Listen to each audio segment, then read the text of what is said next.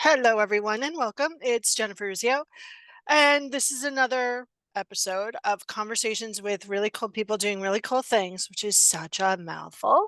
And today I'm with Ali Berthiaume, right? I got it. Yes. Look at the Got spelling of her name, everyone. I mean, I love when someone has a more complicated name than Eurizio. So yay! it. Let me just tell you a little bit about this woman. First of all, it's like a sister from another mister, which my poor dead father, he's had a lot of children in my head. Um, and so I want to bring her on so she could tell you a little bit about who she is and what she does. So, Allie, fill us in about who you are, what you serve, and what did you last have for food? What did I last have? I'm going to start with there. That's an easy one. Far easier than who am I and what do I do? So I had scrambled eggs, Oh, toast with grape jelly, and a little handful of blueberries. That okay. was my breakfast. Totally. We could live in the same house. So I had scrambled eggs, toast, no jelly because I love jelly, but if I have it 4 hours later, I'm like, ugh, and a handful of blueberries. Oh, see, we are sisters from another I mister. know. It's possible that your dad isn't the one with all the children and my dad is. Oh, Yeah. Never thought of that, huh? no. No. The problem is I look like a perfect combination of both my mom and my father. So unless It your has to father be looks him. like my father, and my father looked like Burt Reynolds. So Oh, well, in my dad's younger years, he was rocking a pretty killer mustache saw and the has mustache. pretty dark hair. Yeah. So So maybe maybe, I mean, I'm going to send just you a saying. swab of my DNA. Okay. So let's move on to what do you do and who you are. All right. So I've been playing around with this in the last year. So I am a light worker disguised as a memoir coach, ghostwriter, developmental editor. Love that. Okay. So I'm assuming that everyone's watching this knows what a light worker is. And if you don't, why are you watching this? But welcome. But I'm going to assume again that a lot of people don't know what a memoir coach is. So can we Yeah. start there? Because that's Yes. kind of So groovy. I love memoir. So, memoir is a genre of nonfiction that focuses on the author's real life lived experience, but it reads like fiction. And this is a really big distinction for people Oh, because a lot of folks will confuse writing a book about their life as autobiography, which which is reads as boring. very factual and very boring. And it's like a historical account of the chronology of events. Memoir is taking a thematic part of your life or a moment in time. My cat is joining us. I love your cat. Um, Just her tail is. that's just the tale, yeah. Yeah. Um, Memoir is taking a thematic part of your life, a lesson maybe that you've learned multiple times, a journey that you've been on, or a period of time that was really critical to who you ended up becoming, and bringing the reader on the journey with you in a way that reads like fiction. Okay. I'm just going to look at the camera and tell you, you all should be doing that because that's freaking cool. Yeah, it really is. And so my role as a memoir coach is trifold. And I wouldn't say that all memoir coaches or book coaches are necessarily doing all these things, but this is partially what sets me apart. But here's the thing I don't care about everyone else. I just care about you, Allie. Yeah. So this is what I do. I am focused on mindset, strategy, and craft so that when you're coming into working with me, you're not just focused on how do I tell a really good story and making sure that that's done well, but you're also really focused on your mindset around all of that crap that's coming up about being a first time author, about not knowing what you're doing. Um, and the second part of mindset is actually more emotional health, right? Because as a memoirist, you're probably writing about the hard stuff. Memoir Yeah. is not usually like, let me Fluff. tell you about the time that the Yeah. unicorns and the fairies. we're blessing my life with all the goodness, right? Like memoir is like, let me tell you about the dark side, Yeah. the underbelly of my life. And that brings up a lot of stuff, even for those of us who have done a lot of self work and healing and therapy. When you start to then disclose this on the page and know that eventually other people are going to read it, it brings up a lot of garbage, right? So the mindset is kind of twofold. It's the confidence around the actual writing, but then it's also like, where are we at emotionally with the material? And that's where I bring in a background in psychology and mental health, which is a former life of mine. And then the third part is strategy, right? What are you going to do with it on the other side when you're done with the book? Because I'm not just here to help you write the book. I also want you to be successful, and only you know what you want to do or what you want the book to do for others. I help you figure out how to do that. And I educate on all these things along the way, right? Because a lot of people don't know what they don't know. Right. Publishing industry is very complicated and nuanced. So And like more I'm so than ever.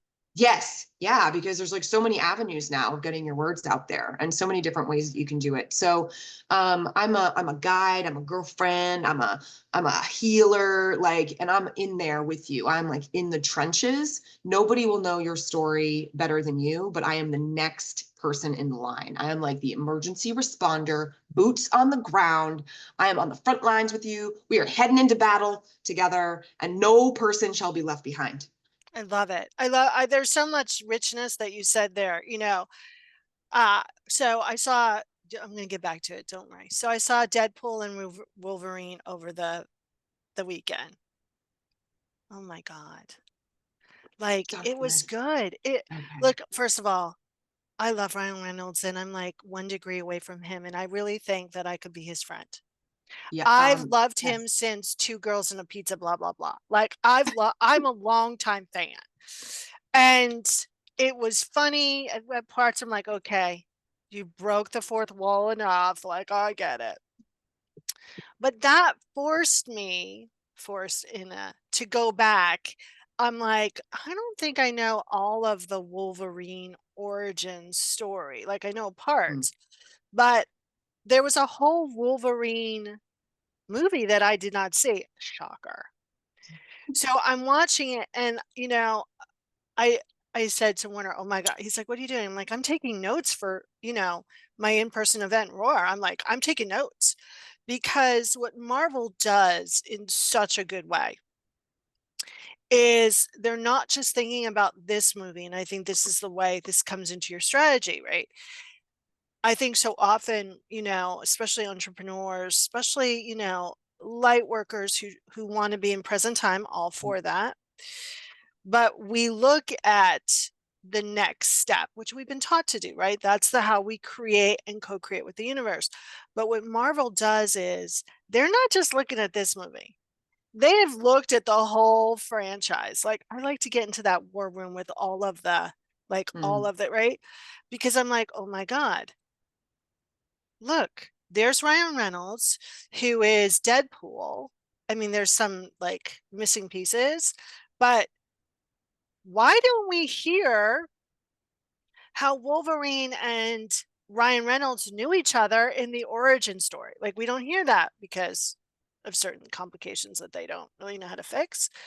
But you can see how I'm like, oh my God, they've been planning for Ryan Reynolds to do Deadpool for 7 years before he actually got on the screen. Like, that is huge. And I mhm, think so often people see strategy as okay, they're afraid to go, okay, let's look at it like Marvel. Like, let's look at it as 100 years and go, okay, if we're looking as this is a piece in our puzzle, how are we going to use this piece and how is it going to relate to all the other pieces? And I don't think we do that enough. mhm, mhm. And what I love about what you're saying about strategy is you're like, okay, you just eviscerated yourself with your memoir. How are we really going to use this? Now, we've used it to let go of our crap, Yeah. to evolve ourselves in a new way. And then how is it going to have a sustainable life of its own? Yes. And that's huge. And what's really great about the people that I tend to attract is they're already thinking about impact, which I think is amazing. They're usually coming to me knowing that they want their story to do something beyond serving themselves. If anything, usually the people who come to me aren't thinking about what writing the memoir will do for them. That ends up being like the surprise of their life because they realize in the journey that they're like, oh, wow, I feel better and I feel lighter and I feel more empowered. And I feel like I'm looking at this story through totally new eyes and I'm realizing things that I hadn't thought about while I was actually going through it, or the 5 years in therapy, or, whatever it was. But they come in with the impact and they have a vision for the impact. Now, they don't necessarily know how, right? They might see themselves like taking the show on the road, right? But they're not sure how they bridge the gap between not having a book at all, right? To not only do I have a book, but now I'm going to bring the book with me places and I'm going to talk about the thing, Right. right? So I think it's really beautiful that the people that are coming to me are brave enough to do the work, get in there, do it themselves, with the writing, learn how to be an author, but not only that, to see how their story can blossom and touch all these other lives. Now, there is a lot of doubt when people come to me as well. Like they know that they want the book to impact, but they worry that it won't. They know that they want to do something more with the book than just have the book, but what if nobody likes it? So it's like double consciousness. They've Right. got the one kind of like gut, heart, mind connection where it's like, okay, I really believe in telling my story. And then this, right, up here, this Little cognitive minds. thing, Yeah. right, is also kind of saying like, oh, but what if nobody likes it? And but you've never written a book before. And but it's just your story. What's so special about your story? And so it's having to kind of meet those things in the middle and say, okay, here's how it will impact other people. This is why it will be relevant. And once we clear out the dead weight and the garbage, right, we get back to that calling for impact. Yeah. And and sorry, I'm thinking about Milk, the Deadly Poison. So it was a book that I worked on a long time ago, and he was a crazy guy. He wasn't wrong, but he was a crazy guy and not a nice kind of crazy. Um,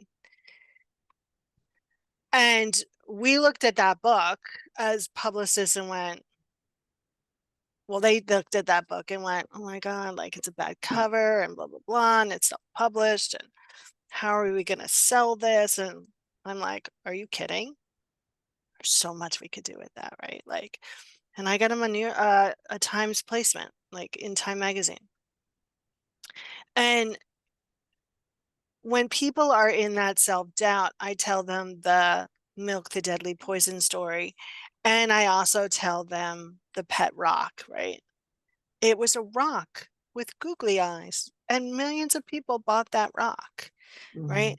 And I think it's it's really diving in deep to express the knowing that if you have an idea, everything has already been created for that to be a reality.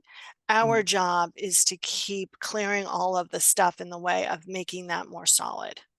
Yeah. Yes. So, how did people get in touch with you? How did they get more of your goodness?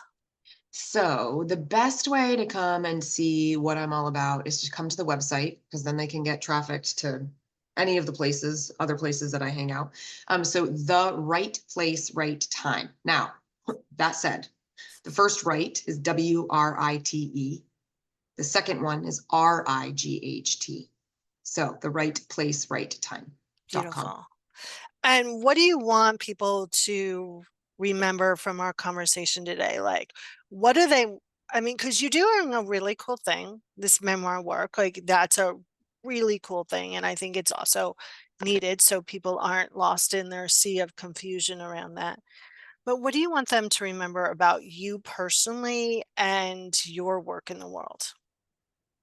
I am a unicorn. I truly am. I'm a one of a kind. You can find lots of good coaches out there. But I am in it. I am in it. I'm truly here with you every step of the way, every facet, every aspect. And you will not just be an author on the other side of this journey. You will be friend, you will be family, You will be someone that I will always hold dear, that I will always be cheerleading for, I will always be promoting. And I put the human back in this kind of human work. I am not a transactional person whatsoever. So So all of you warriors that want to write a memoir, this is the girl to go to, because you know that you need that, you know, kind of soldier in arms, that really intimate partner to help you move through it. And she's fun too. She didn't say that. She's fun. And she's smart, which you know how I love smart people. So Allie, I want to thank you so much for playing with us today. thank you so much. Thanks for having the cat along as well. Oh my God, I love the cat. All right. Bye for now, everyone.